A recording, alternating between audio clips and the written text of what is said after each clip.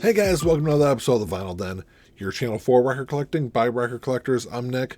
It's Tuesday, time to talk about some new releases for this Friday, June 16th. It's a big list. There's a little over 500 albums coming out this week. I've got 24 on my list, so I'm not going to be able to do this all in one video because I don't want to do a whole 30-minute long video of new releases.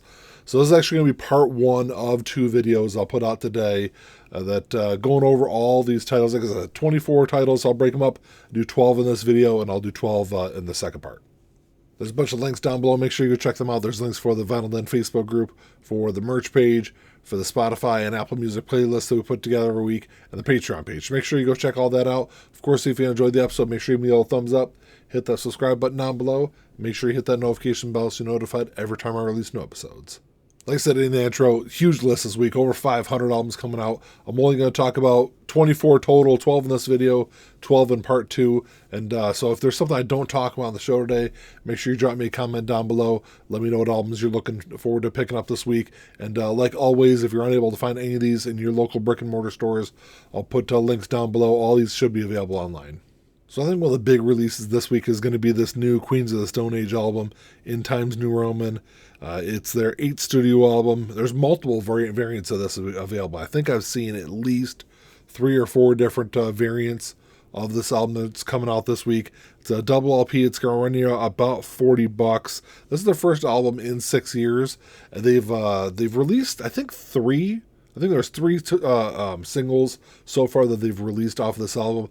I haven't listened to any of them yet. I've heard of nothing but a bunch of great things about those songs, though, so I'm really looking forward to that one. I'm not the biggest fan of the Queens of the Stone Age. They've released some really good music over the years, so I'm definitely going to stream this one and check it out this week. And then you've also got Blink-182 reissuing Enema of the State, released back in 1999. It's one of my favorite punk albums of all time. 3rd studio album. It's so this is on clear vinyl. It's kind of odd because I pre-ordered this from You Discover Music for $30. I'll put the link down below for that one. But Amazon has this listed for $60. I don't know why there's such a huge price difference between the two. If you're going to order it online, I would just order it from You Discover Music and save some money on that one. So this is when Enema came out, it was their first album with Travis Barker on drums. Of course, Travis played in the Aquabats before that, and it's a huge album when it was first released. It's gone on to sell over 15 million copies worldwide. It's one of the most successful punk albums ever released, and just a great album. So I don't know if it was last month or the month before, but just recently, within the last several months, Elton John reissued a bunch of his 90s albums. Well, they're reissuing a bunch of his 80s stuff this week. So you got 6 Elton John albums coming out this week. The first one, this is 21 at 33, first released back in 1980. It was his 14th studio album. It's going to run you about $30 online. And this is kind of a reunion album for the Elton John band. I think there was 70 to 75 that they all played together. There's 2 or 3 tracks that has all the members back together on this album.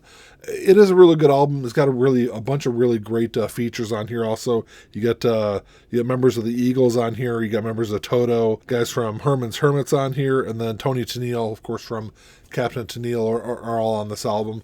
It is a really good album. If you haven't listened to that one in a long time, it's one that's it's worth at least streaming and listening to again. You've also got The Fox coming out this week. First released back in 1981. It was his 15th studio album. This was this is a really underrated album, I think, for Elton John's career, and one like I said, at least in the beginning part of the 80s, he was still, I don't think they're quite as good as the 70s albums, but they're definitely pretty close. This one reached number 21 on the Billboard 200 here in the U.S., and this was the first album produced by Chris Thomas, who would go on to produce a lot of his stuff over the 80s and the 90s. So this week you've also got Jump Up being reissued. This was first released back in 82.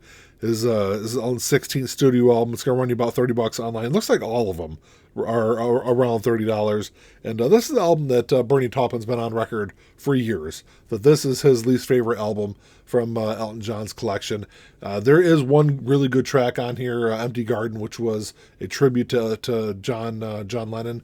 That's the one great track on this album that, for me personally, I think makes this album worth owning. It's, if you haven't listened to it, definitely go back and check it out. And I'll say that for a lot of all these 80s albums from Elton's career. There is some really really good kind of hidden tracks in here that are really great. I put them up there, at least with some of the stuff that he did in the 90s. They're, like I said, they're not as good as the 70s albums, but there's definitely, I think, some hidden gems in his 80s stuff.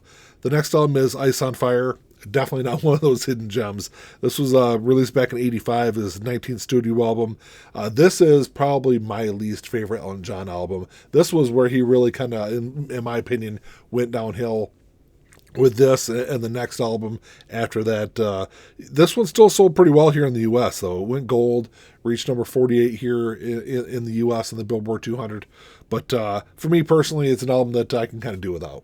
And the next one on the list is Leather Jackets. This was the album where even Elton John says this is his worst album of his career. It was a very dark period in Elton's life. He was very heavily hooked on cocaine and doing a lot of other things in his life that really interfered with his music career. But this came out in 1986. It was his 20th studio album, and it actually reached 91 on the Billboard 200, which is Elton's lowest charting album. I think it's his lowest charting album of his career. And like I said, this was the part where, you know, he had really kind of lost, I think, all credibility in the mainstream. And, you know, it was definitely the lowest point in his career. He did manage to actually bounce back with the next album. The next one is Red Strikes Back, released in 88. It was his 21st studio album.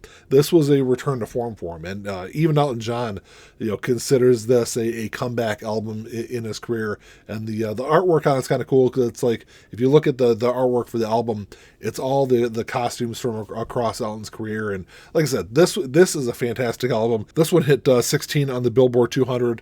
And like I said, I consider this a comeback album. So does Elton. And it really kind of brought him back into the mainstream. The next one's a pretty cool release. And I didn't even know it's existed for almost a decade now.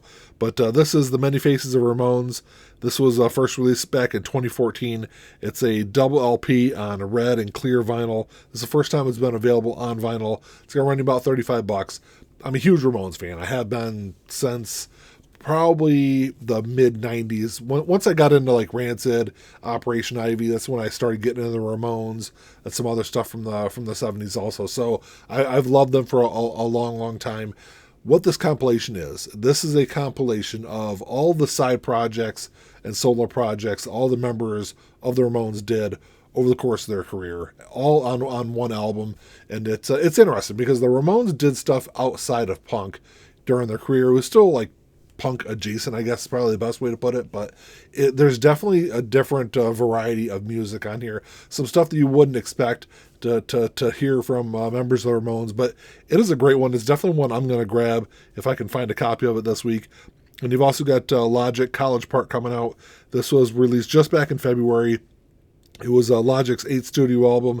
And this is the follow-up to his 2022 album, Vinyl Days, which I wasn't a huge fan of. I definitely need to go back and stream this one. This is the first album of Logic's in the last 10 years from Logic that he's been a independent artist. He was on Def Jam until just last year when he released Vinyl Days was the last one with Def Jam. So it's been 10 years since he's been an independent artist.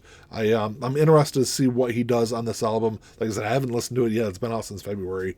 I will stream it this week though, but this is one where he's come out, he's been on the record saying that this is an album that he kind of, created from the heart, and it's not, like the last stuff that he's done, but I don't know. I'll stream it and check it out.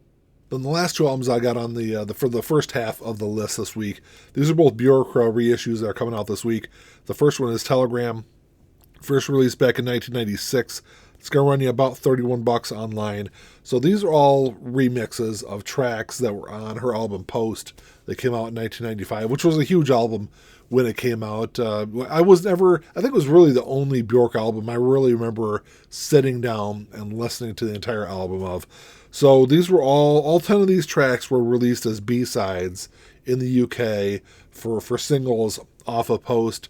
And I guess it's supposed to be a limited edition release because it says it's on 200-gram vinyl and it says it's individually numbered, but it doesn't say how many of these are actually numbered. So I don't know if there's 2,000 of these or 15,000 of them. I don't know. I didn't see that online, but it does say it is individually numbered. And then the last one on the list is Vulnicura, I think it's how you pronounce it, but it was released back in 2015. It was her 8th studio album. It's going to run you about $33 online. This album was mainly written after her separation from filmmaker and director Matthew Barney, and it took about 2 years to do this. It was quite a long time for Bjork to put this one together. And there's also a companion album called Vulnicura Strings, which is a strings-only interpretation of a lot of the tracks on this album. So it's really kind of interesting. If you're a Bjork fan, they've got a couple of good releases coming out this week. Well, that's all I got for you today, guys. Thanks for checking the show out. That's just the first half of the 24 titles that I got coming out this week. So make sure you drop me a comment down below. Let me know if you're interested in picking up any of these albums. And make sure you come back and check out part 2 of this video, where I'm going to go over the last 12 releases. But if you enjoyed the episode, make sure you give me a thumbs up. Hit that subscribe button down below. And that's all I got. Until next time, keep on spinning. Peace.